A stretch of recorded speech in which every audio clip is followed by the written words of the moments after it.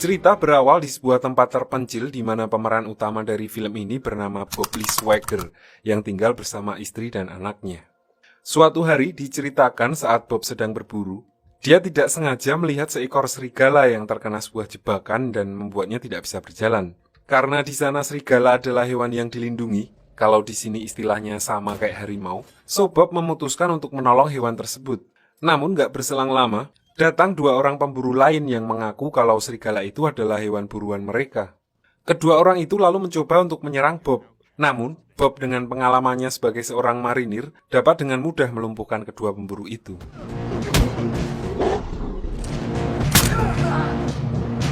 Beberapa hari berlalu dan diperlihatkan Bob mendapat kunjungan dari seseorang bernama Isaac Johnson. Jadi sebenarnya di sini Bob adalah mantan sniper terbaik di satuan marinir dan Isaac adalah komandan timnya dulu saat masih bertugas. Tujuan kedatangannya adalah untuk meminta bantuan Bob karena beberapa hari lalu seorang agen CIA tewas ditembak oleh seorang sniper dari jarak 1,5 kilometer. Permasalahannya, pembunuhan itu ternyata hanyalah peringatan karena si sniper itu meninggalkan sebuah surat di tubuh korbannya yang berisi kalau target sebenarnya adalah presiden. Menurut Isaac, hanya ada beberapa orang di dunia yang mampu melakukan tembakan dari jarak segitu di dunia ini. Dan dua orang yang dia ketahui adalah Bob sendiri dan seseorang bernama Solotov, mantan rival Bob dulu saat dia masih bertugas di marinir.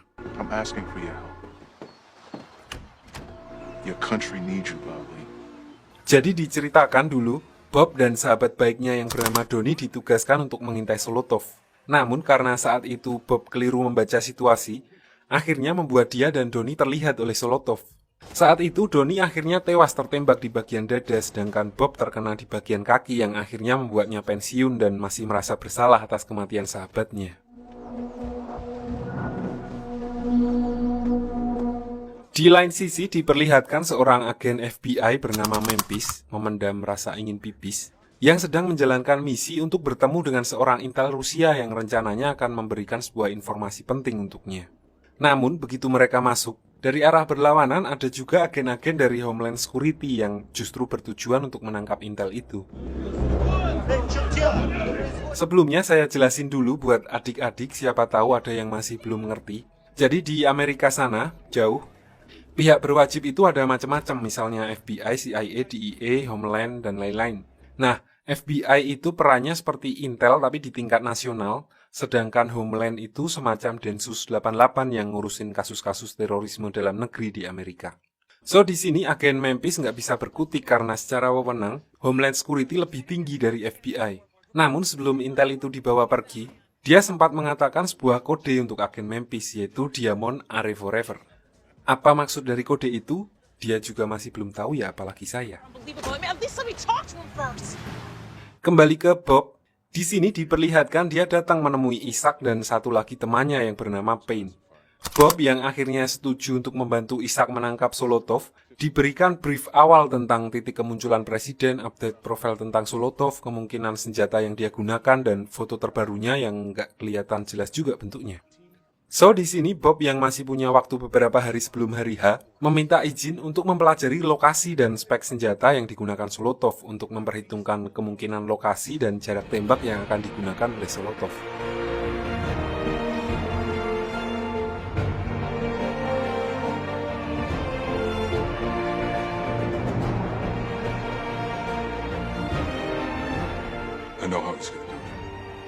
Singkat cerita, hari H pun tiba dan iring-iringan presiden sudah mulai terlihat.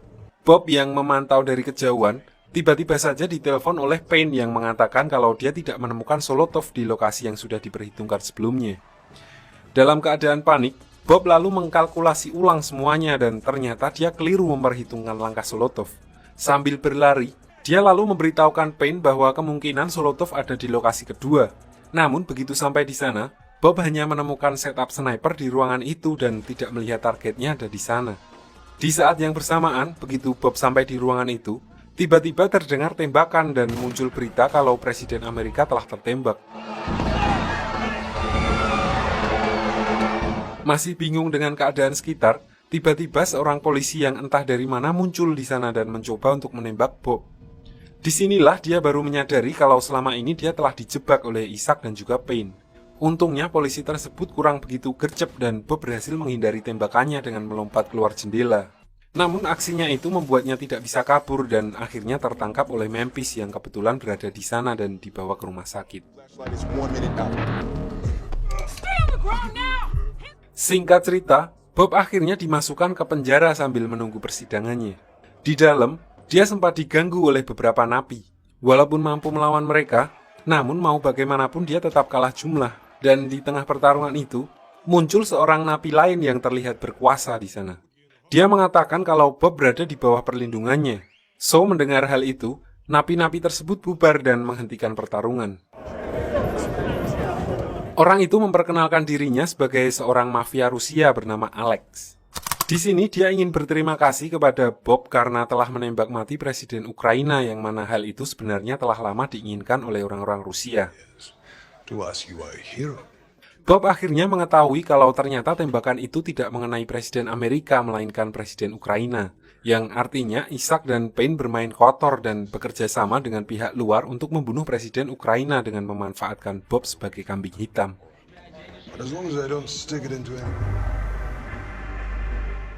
Di lain sisi, agen Memphis yang ditugaskan untuk ikut tim gabungan penyelidikan kasus Bob pergi menemui istri Bob yang bernama Julie. Dari awal, dia merasa ada sesuatu yang mengganjal dengan kasus ini di mana seorang mantan pasukan elit yang sama sekali tidak mempunyai catatan buruk tiba-tiba merencanakan pembunuhan presiden. So, dia mencoba untuk mencari kebenaran yang sesungguhnya di balik kasus ini. Kembali ke Bob, karena dia adalah saksi dan satu-satunya orang yang mengetahui kejadian sebenarnya, Payne lalu kembali memerintahkan anak buahnya yang berada di dalam penjara untuk mengeksekusinya. Singkat cerita, Bob malah berhasil mengalahkan mereka dan berbalik menjadi keuntungan karena dia bisa keluar dengan menyamar menggunakan seragam sipir tersebut. Sampai di sini, karena semua lokasi yang berhubungan dengan Bob pasti sudah dijaga oleh polisi, tempat pertama yang didatangi Bob adalah rumah dari ibu almarhum sahabatnya. Beliau yang sudah mengetahui apa yang terjadi dari berita di TV, lalu dengan tenang menolong Bob karena dia tahu kalau Bob sebenarnya adalah orang yang baik. Di lain sisi, Isaac yang mengetahui kalau Bob kabur dari penjara langsung berusaha untuk mengejarnya. Di sini karena Bob tidak muncul juga, satu-satunya yang dia ingat adalah rumah Donnie, dan gak pakai lama dia langsung menuju ke sana. Namun begitu sampai di sana, dia tidak menemukan Bob karena sebelum kedatangannya, Bob sudah mengira kalau dia tidak mempunyai banyak waktu dan pergi dengan menggunakan motor milik almarhum sahabatnya.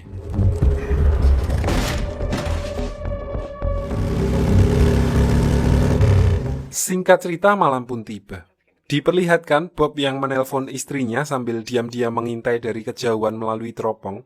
Dia menyadari kalau teleponnya disadap oleh agen-agen yang berjaga di rumahnya. So, dia tidak banyak bicara. Intinya Bob meminta maaf kepada istrinya dan berjanji akan mencari dalang di balik semua ini. Di sini, Isaac lalu mengadakan pertemuan dengan tim jahatnya dan di sana dia memutuskan menggunakan keluarga Bob sebagai umpan untuk memancingnya keluar karena menurutnya itu adalah satu-satunya kelemahan Bob Lee. Lanjut keesokan harinya, diperlihatkan Julie yang sedang berada di Superindo kembali ditelepon oleh Bob Lee. Dan seperti biasa, Isaac dan tim FBI sudah ready menyadap percakapan mereka. Singkat cerita, lokasi Bob Lee akhirnya ketahuan oleh FBI karena dia lupa nyalain turbo VPN. Di saat yang bersamaan, di dalam Superindo, Julie tiba-tiba ditabrak oleh seseorang dan terkena tumpahan kopi sampai ke dalam-dalamnya. So, dia langsung ke toilet untuk ngelap biar nggak disemutin. Begitu masuk ke toilet, ternyata Bob Lee sudah menunggunya di dalam. Dan di dalam waktu yang sangat singkat itu, dia memberitahu istrinya kalau polisi yang tampil di TV hanyalah polisi bayaran yang disuruh untuk menembaknya. Setelah mengatakan itu, Bob Lee langsung buru-buru kabur dari sana karena FBI sudah menyadari keberadaannya.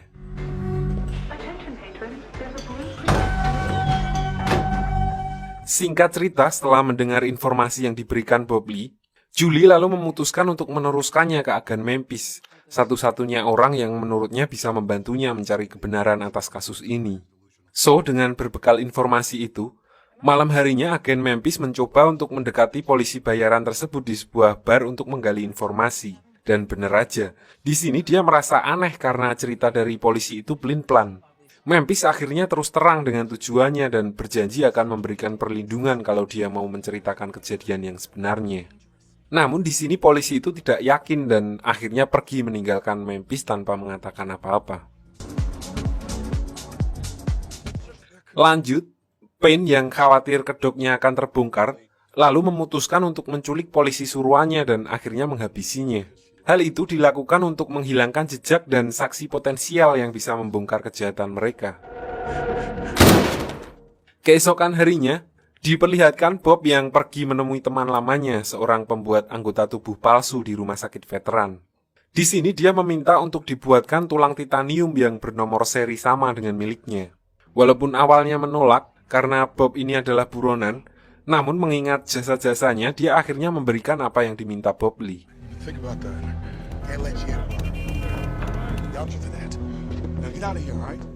Singkat cerita, setelah mendapatkan tulang titanium tersebut, Bob Lee menuju ke sebuah gubuk untuk membuat perangkap. Di sisi lain, Isaac juga mendapatkan info tentang keberadaan Bob Lee, so dia langsung mengirim tim busernya menuju ke sana.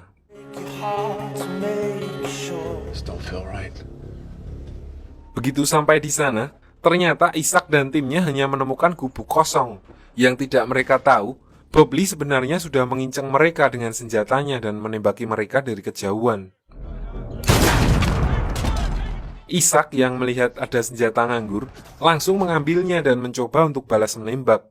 Dan begitu Isaac menembak, tiba-tiba, duar! Tubuh Bob Lee hancur berserakan. Saat diinvestigasi, tim FBI menemukan rompi peledak di antara anggota tubuh yang berserakan dan juga tulang titanium dengan nomor seri yang terdaftar atas nama Bob Lee. So mereka menyimpulkan kalau Bob Lee frustasi dan mencoba melakukan on-goal bomb atau bom bunuh diri, namun keburu ketahuan dan tertembak oleh Isaac. Namun gak berselang lama, Memphis yang masih di dalam gubuk tiba-tiba mendapat telepon dari Bob Lee. Ternyata Bob Lee sudah memperhitungkan semuanya dan sengaja memanipulasi kematiannya dengan menggunakan tulang titanium palsu untuk memudahkannya mencari dalang di balik semua ini.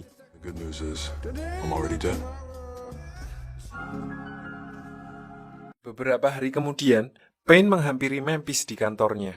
Di sini Payne memberitahukan jika informan Rusia yang ditangkap Homeland di awal film telah dibunuh oleh agen Rusia, padahal aslinya dia sendiri yang bunuh.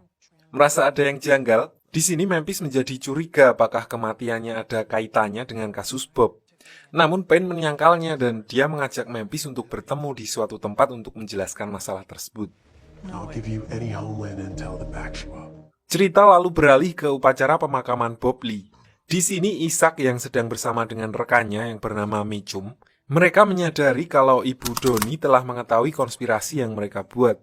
So, untuk menutupi jejak kejahatannya, Isaac mau gak mau harus menyingkirkan ibunya Donnie. Di sini kita lalu diperlihatkan flashback saat Isaac masih bertugas di militer sebagai kapten. Suatu hari, timnya mendapat misi untuk menghabisi salah satu target operasi bernama Mullah yang sudah membunuh beberapa dokter dari PBB. Disinilah pertama kali dia bertemu dengan Mitchum, salah satu agen CIA yang ditugaskan untuk menjadi konsultan mereka. Namun dia malah meminta Isaac untuk menyimpang dari misi, dengan alasan target operasinya atau Mullah mempunyai sebuah informasi berharga yang bisa menyelamatkan militer Amerika. Jadi Isaac diminta untuk membuat laporan kalau Mullah sudah tewas terbunuh, padahal aslinya akan diserahkan hidup-hidup kepada Mitchum. Singkat cerita, saat misi dimulai, Isaac dan rombongannya termasuk Bob Lee dan Donnie langsung menuju ke TKP. Mereka bertugas sebagai sniper yang mengawasi dari kejauhan. Begitu sampai di TKP, ternyata salah satu anak buah Isaac yang menghubungkan mereka membelot dan malah menyandra Isaac untuk diserahkan ke pihak lawan. So, nggak lama Mullah akhirnya muncul dan berniat untuk mengeksekusi Isaac. Disinilah Bob Lee dan Donnie menyelamatkan nyawa Isaac.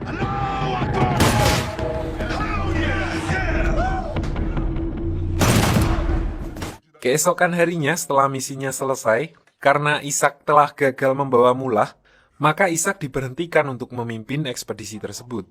Lalu di sini Mitchum menawarkan kesempatan kepada Isaac untuk mendapatkan kursi yang lebih tinggi jika dia mau.